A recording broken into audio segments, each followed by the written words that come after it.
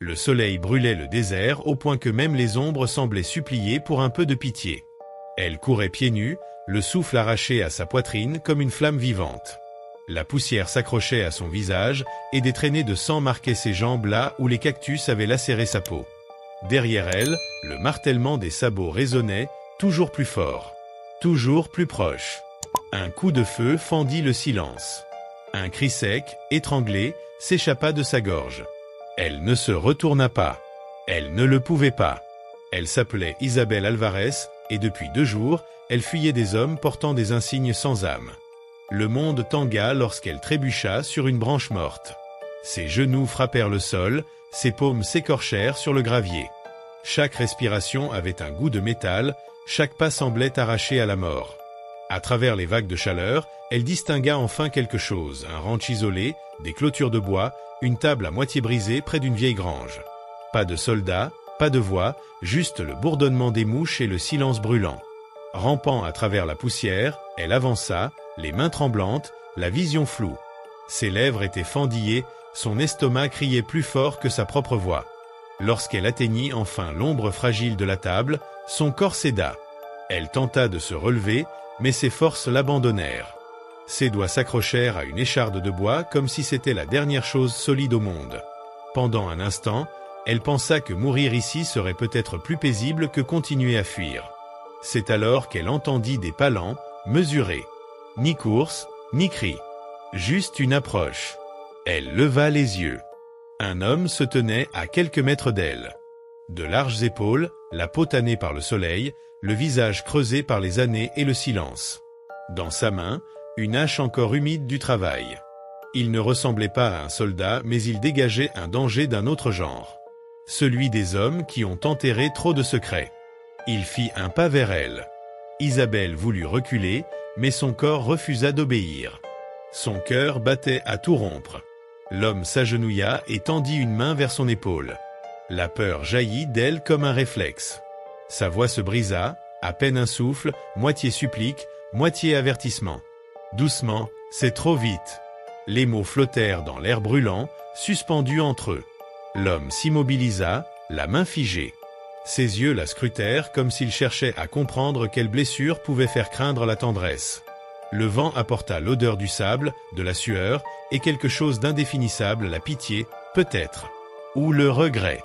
Il abaissa lentement la main et parla, d'une voix grave, marquée par la solitude. « Tu souffres. » Ce n'était pas une question. Pourtant, elle sursauta, comme si chaque mot la touchait. Il se releva, marcha jusqu'à la grange, puis revint avec une gourde qu'il posa près d'elle. Sans un mot de plus, il s'éloigna. Aucune menace. Aucun interrogatoire. Juste le silence. Isabelle fixa l'eau jusqu'à ce que son reflet se brouille. Pouvait-elle faire confiance à un inconnu qui ne voulait rien savoir d'elle, qui ne demandait rien en retour? Le désert ne lui avait jamais offert quoi que ce soit sans reprendre le double. Ses doigts tremblants saisirent la gourde. Le métal, chaud du soleil, lui sembla pourtant plein de grâce. Derrière la grange, un hennissement brisa le silence, suivi du grincement d'un portail de bois. Il était encore là, quelque part, veillant peut-être, ou surveillant. Elle ne savait pas ce qui l'effrayait le plus. Sa voix s'éleva à peine, avalée par le vent. « Qui êtes-vous ? Et pourquoi ne m'avoir pas laissé mourir là ?» Quand Isabelle rouvrit les yeux, le soleil avait perdu sa brûlure. L'air sentait le foin et le bois ancien. Pour la première fois depuis des jours, personne ne la pourchassait. Mais la paix lui semblait presque un piège. Elle se redressa d'un bond, le corps hurlant de douleur. La gourde reposait toujours près d'elle, à moitié vide. Il ne l'avait pas reprise. Son regard se posa sur lui, là-bas, près de la clôture. Il réparait une corde, lentement, avec la patience d'un homme qui avait cessé de fuir depuis longtemps. Il y a longtemps, il la remarqua l'observer et lui rendit simplement un bref signe de tête. Rien de plus. Pas de sourire, pas de menace. Juste cette forme de respect silencieux qui la déstabilisait plus que la peur elle-même. Son ventre gronda si fort que le cheval à côté sursauta. Elle ne savait pas si elle devait rire ou pleurer. Elle fit ni l'un ni l'autre. L'homme retourna vers l'étable et revint avec un morceau de pain et une petite tasse en métal. Mange, dit-il d'une voix râpeuse, comme frotté au gravier. Elle hésita, les doigts tremblants, puis prit le pain. Il avait un goût sec, mais vrai, celui des choses faites pour les vivants. Après quelques bouchées, elle murmura sans lever les yeux. « Tu aurais pu me dénoncer. » Il essuya ses mains sur sa chemise avant de répondre. « J'aurais pu. » Elle fronça les sourcils. « Pourquoi tu ne l'as pas fait ?» Il la regarda longuement avant de dire « Parce que tu n'as rien demandé. Tu avais juste besoin d'un endroit où t'arrêter. » Les mots restèrent suspendus entre eux, lourds et simples. Un silence s'installa. Dehors, le vent poussait la poussière contre les murs, comme une pluie faite de sable. Elle finit par se lever, encore vacillante. Ses yeux glissèrent vers la porte ouverte, vers le désert infini qui s'étendait au loin. Liberté ou peur? Au fond, c'était la même chose. Elle fit 2 pas vers la sortie, puis s'arrêta net. Son regard accrocha un fusil accroché au mur. Ancien, mais entretenu. Chargé, peut-être.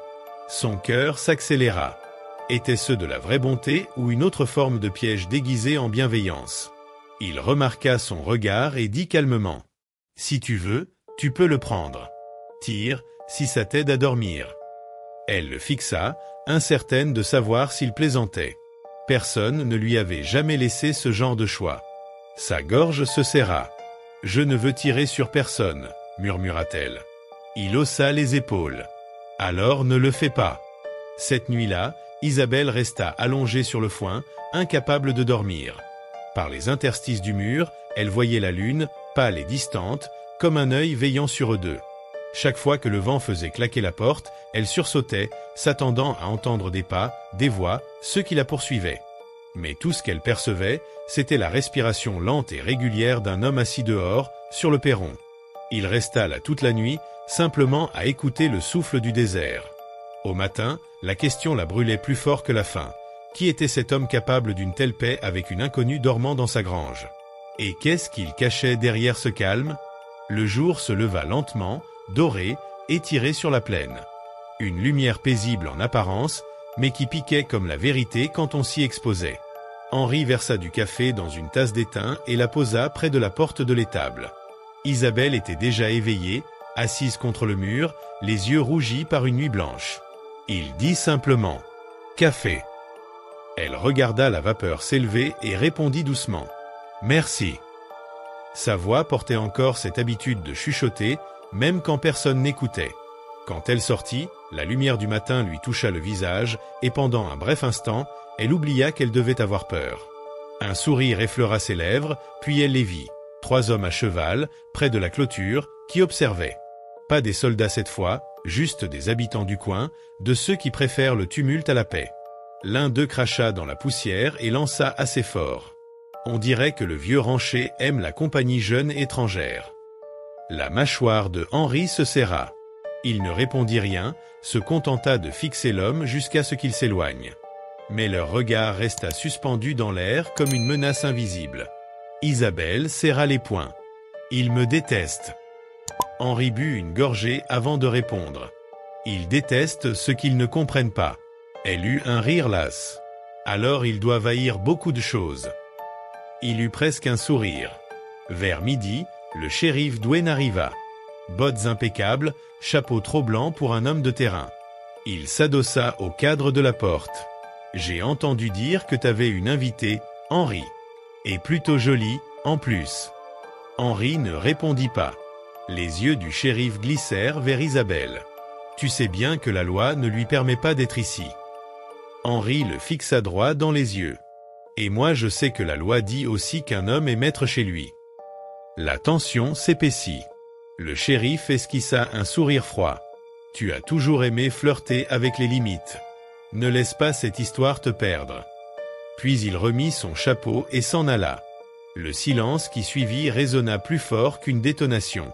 Au crépuscule, Isabelle s'assit sur les marches du porche, regardant le soleil s'enfoncer dans l'horizon. « Ils ne s'arrêteront pas, n'est-ce pas ?» demanda-t-elle. Henri répondit calmement. « Non. Mais toi non plus. » Ses lèvres frémirent d'un mince sourire. Pour la première fois, elle y crut. Dans ce calme suspendu, quelque chose changea entre eux. Ce n'était pas encore de l'amour, mais le début d'un lien capable de survivre au désert. La nuit tomba vite, lourde et sèche. L'air sentait la pluie qui ne viendrait pas. Henri, assis près du feu, affûtait son couteau, un vieux réflexe d'homme qui sait quand le danger approche. Isabelle, dans la grange, recousait une manche sous la lumière tremblante d'une lampe à huile. Le vent sifflait entre les planches. Au loin, un cheval hennit, puis un autre. Des pas se firent entendre sur le gravier. Henri releva la tête. Il ne bougea pas. Il écouta simplement, comptant chaque pas. Il y avait 3 hommes, peut-être 4. Leur allure n'avait rien de celle de simples fermiers, ni même de voyageurs ordinaires, trop sûrs d'eux, trop légers dans leurs pas. La porte grinça, et une voix pâteuse se fit entendre dans l'obscurité. « Eh bien, voyons un peu ce que cache le vieux. » C'était l'un des types aperçus plus tôt près de la clôture, ivre de whisky et de rancune. Les autres ricanèrent derrière lui. Henri se leva, le couteau toujours en main. « Je vous avais dit de ne pas mettre les pieds sur mes terres. » Ils avancèrent, leurs bottes écrasant la poussière sèche. « Tu ne la possèdes pas, Henri, et elle vaut cher pour ceux qui savent où la vendre. » Avant qu'il ne réponde, Isabelle sortit de la grange, le vieux fusil serré entre ses mains tremblantes, seuls ses yeux restaient sûrs. « Elle n'est pas à vendre, » dit-elle calmement. Le meneur eut un sourire mauvais. « Chérie, toi non plus, tu n'as rien à faire ici. » Il tenta de lui saisir le bras, mais le coup de crosse qui suivit l'envoya au sol, le visage ensanglanté. Enragés, les autres se jetèrent sur eux. Henri frappa le premier, atteignant l'un d'eux à la mâchoire. Une douleur vive remonta dans son épaule, mais il continua, porté par une rage ancienne. Isabelle tira un coup en l'air, la détonation éclata comme un tonnerre dans la nuit.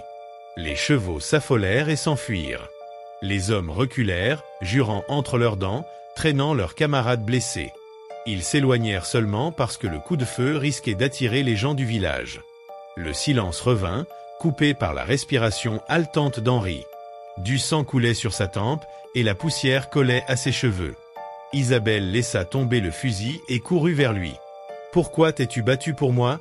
demanda-t-elle d'une voix tremblante. Il la regarda longuement avant de répondre « Parce que j'en ai assez de voir les braves gens souffrir sans raison. » Le vent se leva, portant l'odeur mêlée de pluie et de poudre. Ils restèrent là, immobiles, 2 âmes qui n'avaient plus rien à perdre sinon l'une l'autre. Dans ce silence, une forme de confiance commença à naître. Mais le désert garde toujours ses secrets, et la nuit n'en avait pas encore fini avec eux. Au-delà de la crête, une ombre plus sombre les attendait. Lorsque l'aube se leva, lente et dorée, la tempête s'était apaisée. Le sol sentait encore la poudre et la terre mouillée. Henri, le bras bandé, se tenait sur le perron, contemplant la plaine meurtrie. Isabelle le rejoignit, 2 tasses de café à la main. Son visage, apaisé, portait une douceur nouvelle. Elle lui tendit une tasse sans rien dire, et ils restèrent côte à côte, regardant le soleil grimper derrière la colline. Aucun soldat, aucun étranger, plus de fuite, seulement le souffle du vent dans les herbes sèches. Henri rompit le silence. « Tu peux partir aujourd'hui si tu veux. La route est libre. » Elle ne répondit pas tout de suite. Son regard se perdit à l'horizon, puis glissa sur ses mains marquées. « J'ai passé ma vie à fuir. Les gens, la douleur, moi-même. Peut-être qu'il est temps d'arrêter. » Il la regarda, un léger sourire au coin des lèvres. « Alors reste. » Ce n'était pas un ordre, mais une invitation. À la paix, à un nouveau départ, à quelque chose de simple et vrai, capable de réparer ce que le monde avait brisé. Les semaines passèrent. Isabelle apprit à réparer les clôtures, à sceller les chevaux, et parfois, à rire sans se retenir. Les rumeurs du village continuaient, mais leur voix n'avait plus de poids. Car là-bas, au milieu des plaines, le jugement n'avait aucun refuge. Un soir, elle lui demanda doucement « Regrettes-tu de m'avoir aidé ?» Henri inspira profondément avant de répondre « Regretter ? Non. On n'a pas souvent l'occasion de faire quelque chose de juste dans cette vie. Quand elle se présente, il faut la saisir. » Il la regarda, les yeux calmes. « Tu m'as sauvé aussi, » dit-elle. Il répondit d'un ton bas « Isabelle, tu ne le réalises pas encore. » Le dernier rayon du jour effleurait les champs, peignant tout d'or. 2 êtres autrefois étrangers se tenaient maintenant côte à côte, unis non par le hasard, mais par la bonté, cette force silencieuse plus puissante que la peur. Et peut-être que c'est là toute la leçon cachée de cette histoire. Parfois, un simple geste de compassion suffit à transformer une vie entière. L'amour ne hurle pas toujours, il demeure, patiemment. Alors, avant de partir, pose-toi cette question. Quand as-tu pris le temps, pour la dernière fois, de voir quelqu'un qui avait besoin d'un peu de bienveillance? Et si ce petit geste changeait tout? Les jours suivants, la vie reprit un rythme presque ordinaire. Isabelle et Henri travaillaient côte à côte dans les champs, réparant ce que la tempête et les hommes avaient abîmé, nettoyant la poussière laissée par la peur et la violence. Chaque geste, chaque éclat de rire, chaque silence partagé renforçait ce lien fragile mais solide. Ils n'avaient pas besoin de parler constamment. Parfois, un simple regard suffisait pour se comprendre. Un après-midi, alors que le soleil frappait fort, une silhouette apparut au loin, se détachant sur la crête. Isabelle plissa les yeux. Ce n'était pas un étranger, mais un visage familier du village. Henri posa sa main sur son épaule, un geste calme, protecteur. La personne approcha et salua d'un air embarrassé. « J'ai entendu parler. Commença-t-il » Mais Isabelle l'interrompit doucement. « Ici, on n'a plus besoin de peur ni de jugement. » L'homme hocha la tête, comprenant sans qu'il soit nécessaire de dire un mot de plus, et s'éloigna. La nuit venue, le vent portait l'odeur des herbes sèches et de la terre chauffée par le jour. Henri et Isabelle s'assirent près du feu, les chevaux attachés un peu plus loin, leurs silhouettes se découpant contre la lueur orangée. Henri tendit une couverture à Isabelle, et elle la prit, son regard brillant dans la pénombre. « Tu sais, » murmura-t-elle, « je n'ai jamais cru qu'il y aurait un endroit pour moi où je me sentirais en sécurité. » Il hocha la tête, posant sa main sur la sienne. « Alors ne cherche plus. Tu es ici. » Mais le désert avait encore ses mystères. Parfois, le hurlement d'un coyote, le craquement d'un arbre sec ou le souffle du vent à travers les collines rappelaient que le monde extérieur pouvait frapper à tout moment. Pourtant, pour la première fois depuis longtemps, ils se sentaient prêts à affronter ce qui viendrait ensemble. Et tandis que les étoiles scintillaient au-dessus d'eux, un sentiment de paix fragile mais réel s'installa, tissant lentement des racines invisibles dans le sable chaud de cette terre rude et silencieuse. Les semaines se transformèrent en mois. Isabelle apprit à connaître chaque parcelle de la propriété, à sentir le rythme de la terre, à écouter les murmures du vent. Henri, lui, découvrit que la solitude pouvait être douce lorsqu'elle était partagée, que la force ne résidait pas seulement dans les poings mais dans la loyauté et le cœur.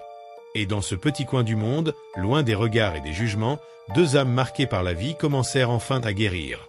Et peut-être, pensa Isabelle une nuit en regardant les étoiles, que c'était ça, le vrai courage. Non pas combattre sans fin, mais choisir de rester, de bâtir, de tendre la main même quand on a été blessé. Le désert avait ses secrets, mais lui aussi offrait parfois des miracles silencieux à ceux qui savaient attendre. Les saisons changèrent, et avec elles, le paysage autour de la ferme se transforma peu à peu. Le désert, autrefois impitoyable et silencieux, semblait maintenant respirer avec eux.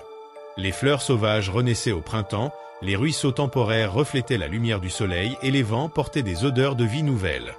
Henri et Isabelle avaient trouvé un rythme, une routine douce mais pleine de sens, où chaque geste, réparer une clôture, sceller un cheval, partager un café au lever du jour était un acte de résilience et de complicité.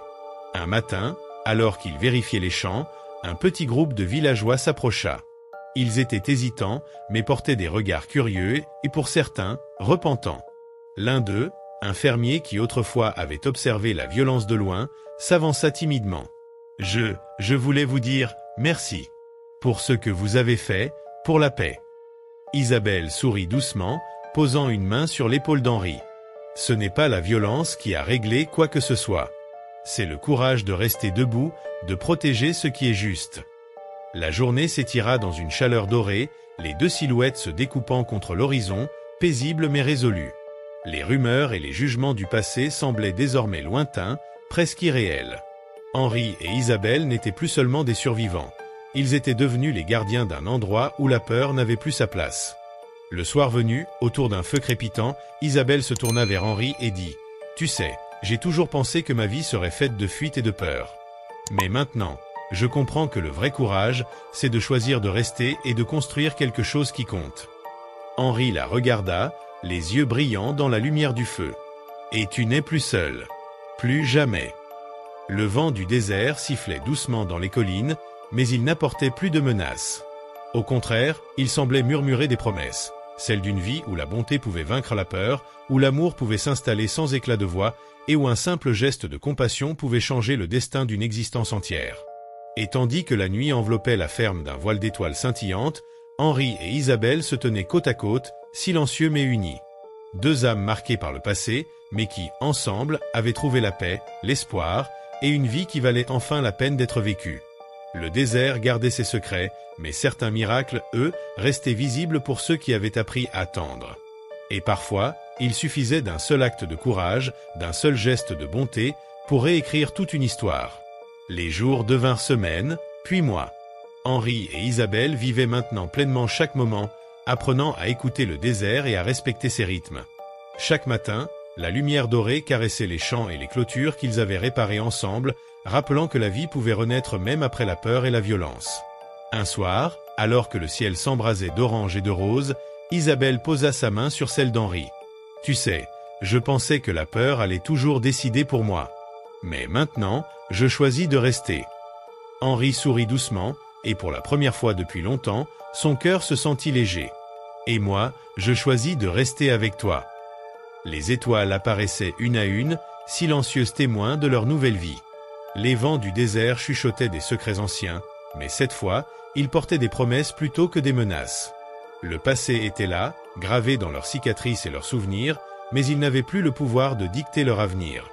Ils étaient libres, non pas parce que le monde était devenu plus sûr, mais parce qu'ils avaient trouvé quelque chose de plus fort que la peur, la confiance, la loyauté et un amour qui ne criait pas mais restait. Et dans ce silence lumineux, une vérité simple et éternelle se dessinait.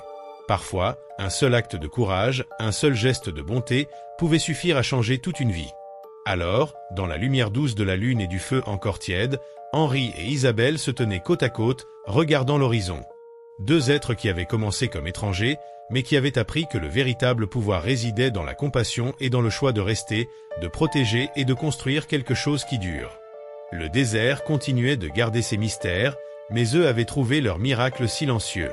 Et peut-être que le monde entier pourrait apprendre, un jour, que même dans les lieux les plus rudes, la bonté et la fidélité suffisent à transformer la vie de ceux qui osent croire en elles.